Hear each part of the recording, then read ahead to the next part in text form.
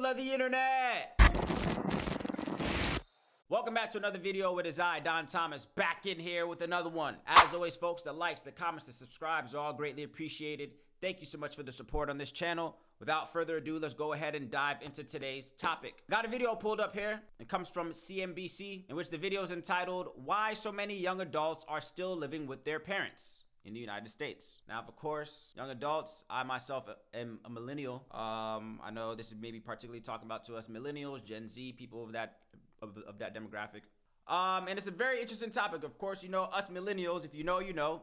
You hear a lot of things. Can't afford childcare. We can't afford buying a home. We can't afford to get married. We can't afford to go on, you know, trips and things of that nature. Things that older generations before used to be able to do with a little bit more ease. Seems like a lot of a financial hurdle for us younger folks. You already know, of course, it's harder for us to find jobs. You know, it's harder for us to establish ourselves in careers and things of that nature. There's a lot of things that I feel like us millennials are kind of going through, and finances and careers and family building is one of those things. So I see this article, of course, or I see this video, I should say, and it jumps out to me, of course, because I do know this is something that is growing in, I want to say, popularity. So I want to actually dive into this video, of course, as I usually do, get a little bit of insight from the video, get a little bit of context, and of course, I'll jump back in and share my thoughts, as I always do as well, too. I encourage you guys to share your thoughts down in the comment section below, man. Let me know what you guys think about this video. Let's go ahead and get a little bit more insight.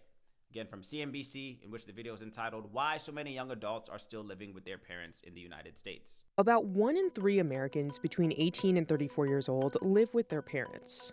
And while you may have heard more about this recently, this trend isn't new. Between 2005 and 2015, the share just grew very steeply over this 10-year period. Since then, it's been fairly stable. There was an uptick, of course, during the pandemic. In the wake of the pandemic, those rates of parental co-residence are now about where they were right before. Part of the reason we see this escalation of young adults not leaving the nest or returning to the nest is this idea that it was harder and harder for them to weather shocks. Nearly 30% of Gen Z said they would like to save, but don't make enough money. And roughly 2 in 5 millennials and Gen Z adults feel it's harder to build financial wealth now than when their parents were their age because of the economy. 27-year-old Victoria Franklin has been living with her mother in New Jersey since she graduated college in 2019. I saw all of the money that I was saving, and I thought, maybe I should stay home for a little bit, and I didn't feel an urgency to move out. Not everyone is enthusiastic about this trend.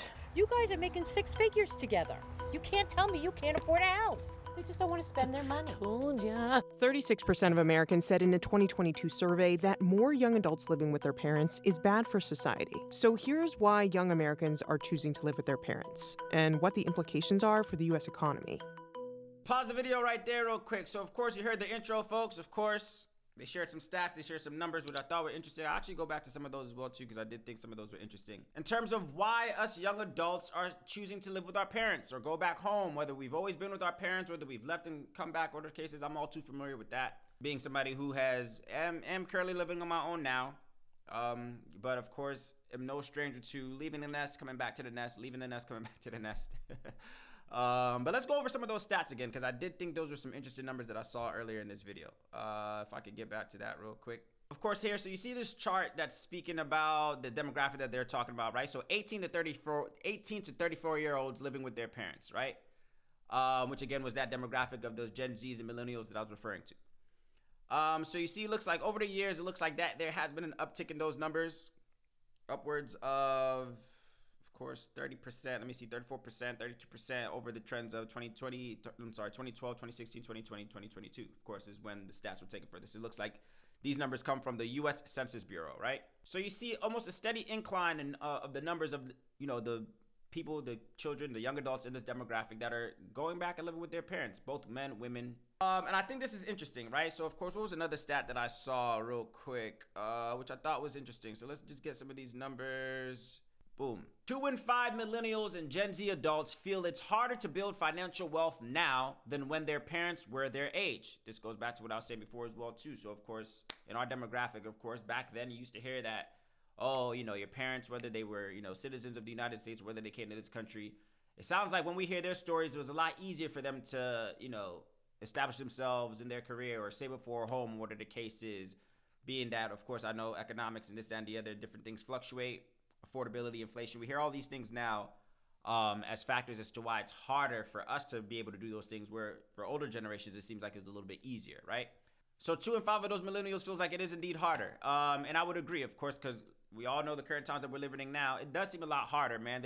There's a lot of financial barriers, what I would call, that makes it a little bit far-fetched for people in my demographic to, obtain some of these things. Again, buying a house, getting married, paying off student loan debt. These are some strong financial burdens, I guess you could say, that a lot of us have a hard time overcoming, which I did think was interesting. What was another stat that I saw? I saw another stat that I thought was interesting. Did I? Thought I did.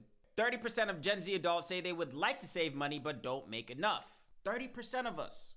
Well, I'm not Gen Z, and I would argue maybe that number is even larger. Of course, that looks like the source came from Bank of America back in 2024, a financial report that they ran. 30% of Gen Z say they would like to save, but they don't make enough. Now, of course, I want to include maybe Gen Z and millennials. I'll be interested to see what that number is for us millennials as well, too.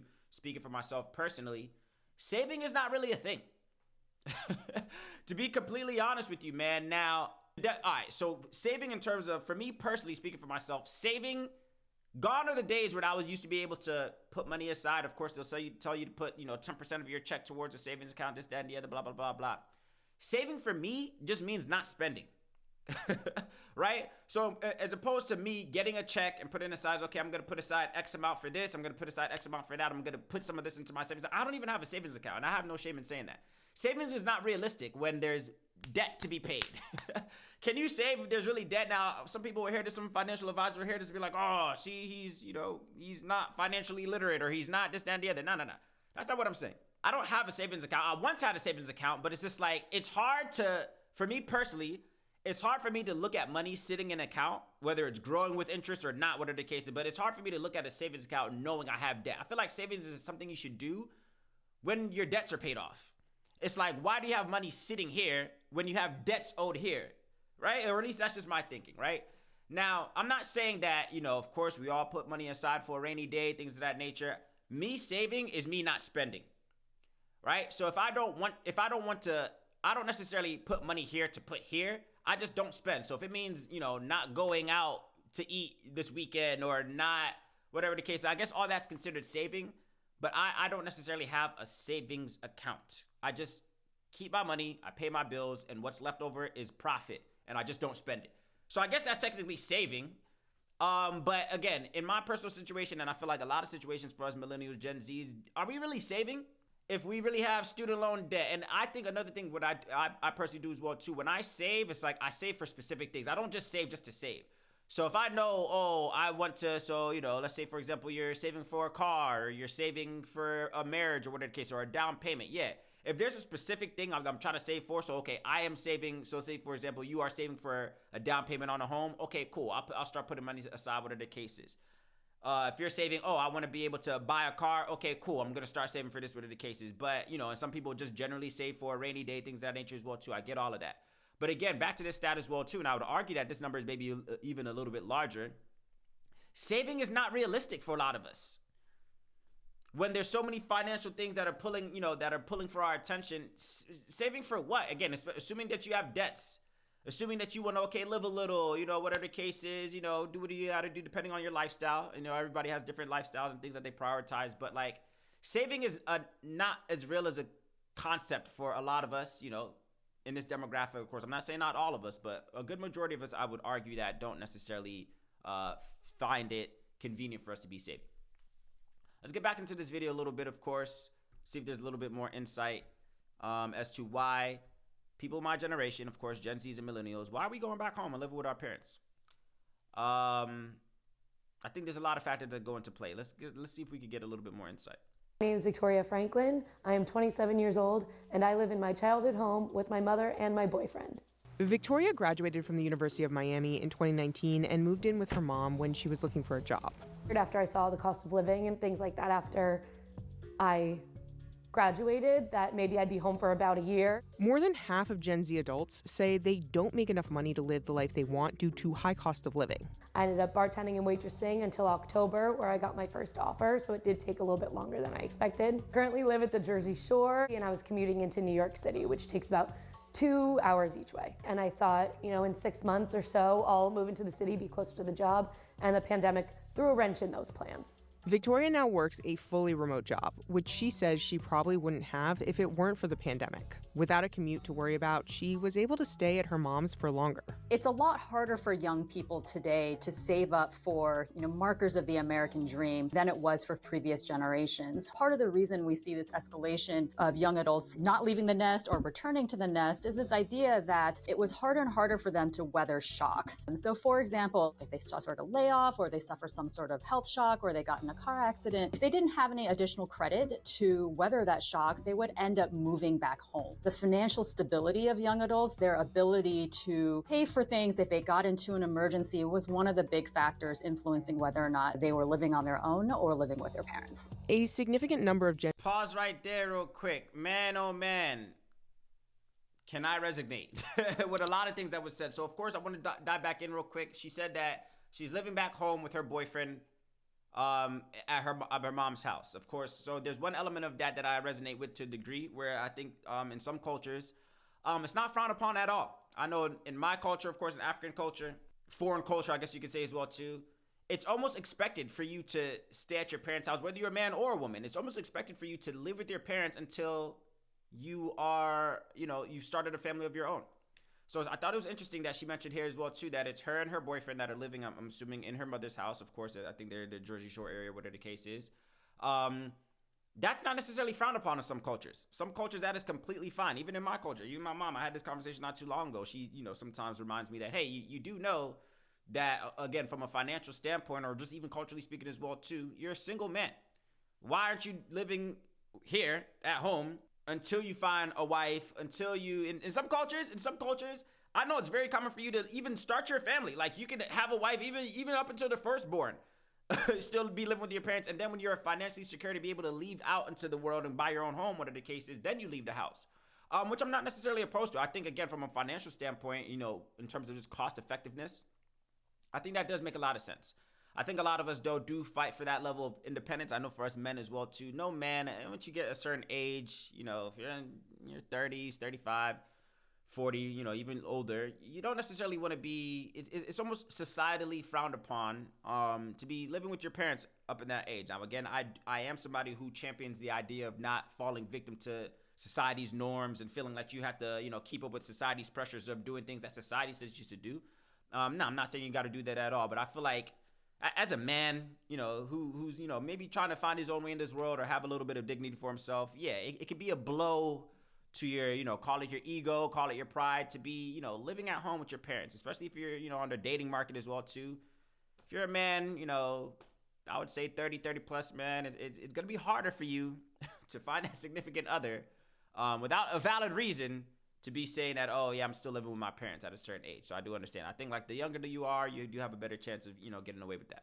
Another element that she kind of mentioned as well too, which I thought was interesting in this video, of course, was the idea that a lot of us in our demographic, this Gen Z millennials, we can't necessarily overcome the financial blows that life may throw at us, for example. So, i.e., if you get sick and you end up in the hospital, if you get into a car accident, if you get laid off from your job, a lot of us don't have the financial strength to overcome some of those hurdles. Especially, again, if we're not saving, whatever the case is. Like, a lot of us aren't equipped financially to be able to overcome that, right? I think I saw, what is it? They usually say, if you want to leave your job, have about 3 months of savings or 6 months of savings or of expenses saved up before you make that leap, things of that nature. You hear things like that. But again, how realistic is that in this market, in this current day and age? It's not very realistic. So to that point as well, too, I agree. I agree, man. If you get laid off, or if you get into some situation where you're sick, or whatever the case is, a lot of us can't overcome that. Even sometimes as homeowners as well, too. I think about that as well, too. Sometimes we, buy a home, stop renting, buy a home. A lot of us can't afford that miscellaneous, the garage door's not working, or there's a leak in the roof, or we need a new washer and dryer. Those are some financial hurdles that a lot of us can't overcome. Depending on if you're doing it alone, if you're doing it in a couple, whatever the case is, a lot of us in those situations, Gen Zs and millennials, of course, those are some financial hurdles that a lot of us can't overcome successfully. Like one of those, two of those, let's say you get hit with one of those, God forbid you get hit with those simultaneously. Let's say, you got to change your engine, or, you know, the washer and dryer goes out of the house, or whatever the case is, again, car accidents, things of that nature. Those are some things that come with a financial price tag that a lot of us can't bear on our own. So again, going back to the overall point of this video, of course, why so many young adults are living with their parents. Honestly, you know, of course, it's a fairly longer video. It's not that long, but I didn't want to, you know, I usually just like get into context. But the context in this video is basically saying that a lot of us younger folks are going back to live with our parents for numerous reasons. I think one of the main reasons that we're all aware of is that it's hard out here, folks. A lot of us are not necessarily, especially again with this demographic, whether we're trying to establish ourselves in our careers or maybe even if we are established in our careers, it's still financially hard out here to make ends meet. A lot of situations where I think it's just more cost effective, man. Again, in some cultures, I think it's not frowned upon at all for you to be still living with your parents until you have a family of your own and things of that nature. All in all, I guess what I do want to say, because I do know some people, man. Again, I was one of those people. I think I was still living in my parents up to like 29. Again, I had done some back and forth. I had left the crib and came back to the crib and left and came back and left. And I'm grateful for that luxury to be able to have done that.